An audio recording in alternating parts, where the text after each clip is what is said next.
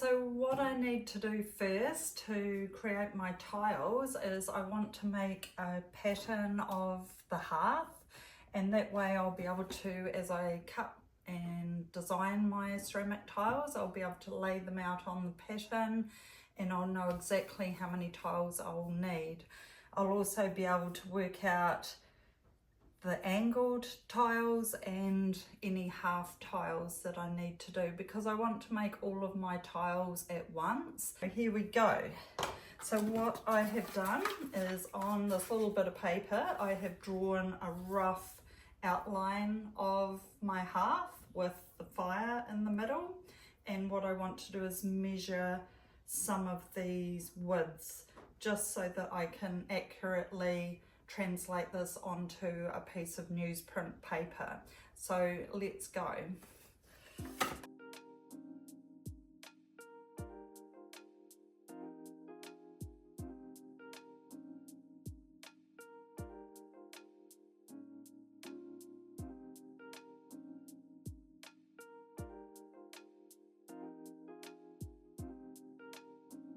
So now, hopefully, I have a rough guide, not too rough though, because we do want to keep this quite accurate, of my measurements. So now I'm going to cut this out of newsprint and make a template.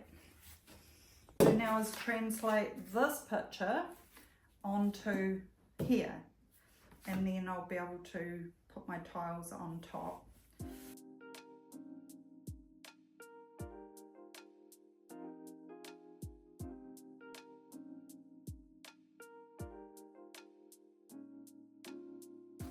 So now I've got my paper template. This is going to help guide me with just how many tiles I need to make and what ones need to be cut on an angle. So let's go and see if we can start making some tiles.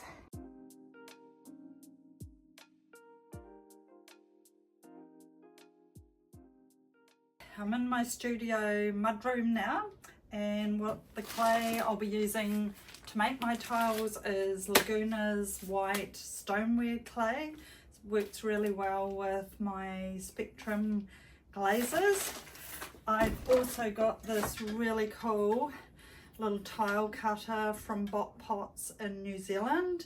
It is 11.5 centimeters, which allows for a shrinkage down to 10.5 centimeters, which will give me a nice 4-inch wide ceramic tile, hopefully. So the tools that I'm going to do, I'm going to be wedging my Laguna clay and then putting it through my slab roller, applying some texture, and then cutting out with my tiles. So let's get busy. So I'm just going to cut fresh slab off here.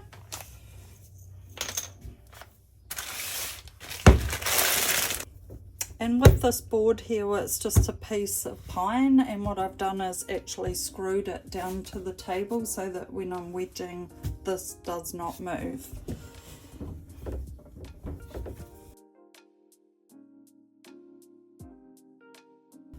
Now I'm going to give it a good whack.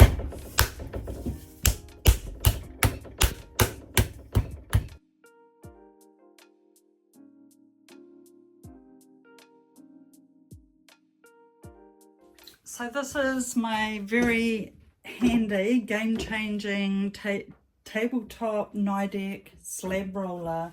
So all you've got to do, I've mounted it onto my table, just pulling my boards out. I'm going to lay my clay down, probably go this way. You just want to make sure that it's quite flat, because I don't want to put pressure on my slab roller. You could put your slab through twice and lower it down each time, but I've already preset the size that I want and the thickness for my tiles. So we're just going to pull it over. These are little adjustable wings that I've preset. So hopefully Just pull that out, and we're just gonna wind that slab through. I highly recommend, if you can, getting yourself a tabletop slab roller. It makes a huge difference to consistency, ease of repeating your work, and I just love it. I'll take that over to my workbench and then compress it. My little wooden rib, and we're going to just compress the clay and remove the pattern that's come off the canvas.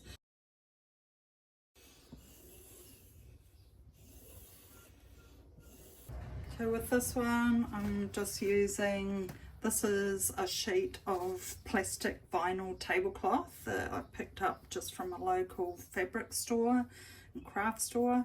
What you want to make sure when you're pushing out your texture in these is they have one side that is very, very flat and the other side is slightly raised. We want to make sure that we're pushing the raised side into the clay, and that way you'll get the best impression. So this side here is quite smooth. I'm going to be taking my little roller here and rolling over. So when you roll, you want to make sure that you're not pushing so hard that you're indenting the roller into your clay, but you do want to just very gently keep going over it, and eventually what will happen is you'll start to notice the clay protruding through the texture. So what you'll see here is, if I can zoom in on that, you can see the clay poking through the actual texture on the vinyl sheet. So this means that when I peel this back, we're going to have some really nice designs. Just going to peel that back, and you'll see that gorgeous texture coming out. So cool, so pretty. Now I'm ready to take my little tile cutter. It's got a kind of a wooden surface in here, and as I said, the plunger is going to push down, so it's going to go this way. So I'm just pushing that in my clay. I'm going to take my little plunger, I'm going to push that down very gently because I don't want to ruin my form, and that's released. So we're going to do another one here, pushing it down. You could measure it out and just cut your own squares, but I really like this little tile cutter. I'm just going to transfer those tiles onto my plaster board, and this helps absorb the moisture out. And because these are incredibly soft at the moment, you just want to be very careful.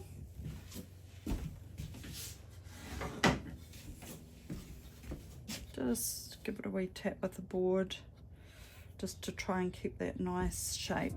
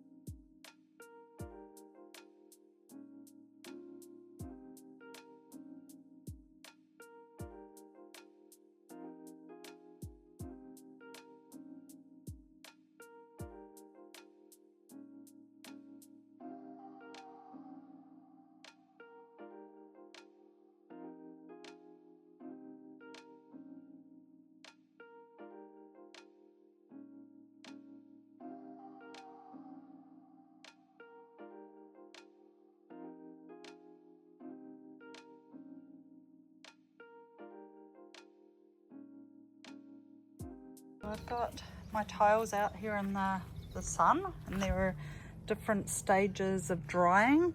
What I want to do, because I don't want to curl them, I just need to make sure that I keep coming and flipping them over.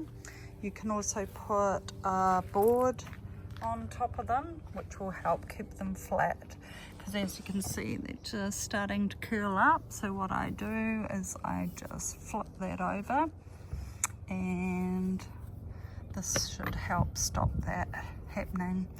If I was drying these inside, I would have a board on top of them and I would let them dry very slowly, but I'm just giving these a bit of a boost today, now that we've got a really nice day here at the studio. And yeah, hopefully we can give these a bit of a head start, but you cannot leave them. You must keep turning them and just making sure that they are nice and flat. It's a good idea to do this outside. And so my tiles are not quite 100% dry, they're just starting to get that way. I find this is the best time to shave them with the shaver, because if they're too dry you run the risk of chipping on the edges. But this is a good way to just take off those little, just very gently feeding it across. I'm taking my pot scourer and I'm just going to run that along those edges in the corners, and that's just going to take off any sharp edges on the tile and just smooth that off. And you can just run a little slightly damp sponge along just to make that a really nice finish on the tile. So I'm going to do that with all of these. I've got my template and I've placed my tiles on. They will shrink in the kiln, and this is just a rough guide. Hopefully at this stage I'll be adding the grout in, so the tiles will actually be a little bit more spaced out, which hopefully will allow for the shrinkage. But I think they're going to look beautiful. I can't wait to glaze them.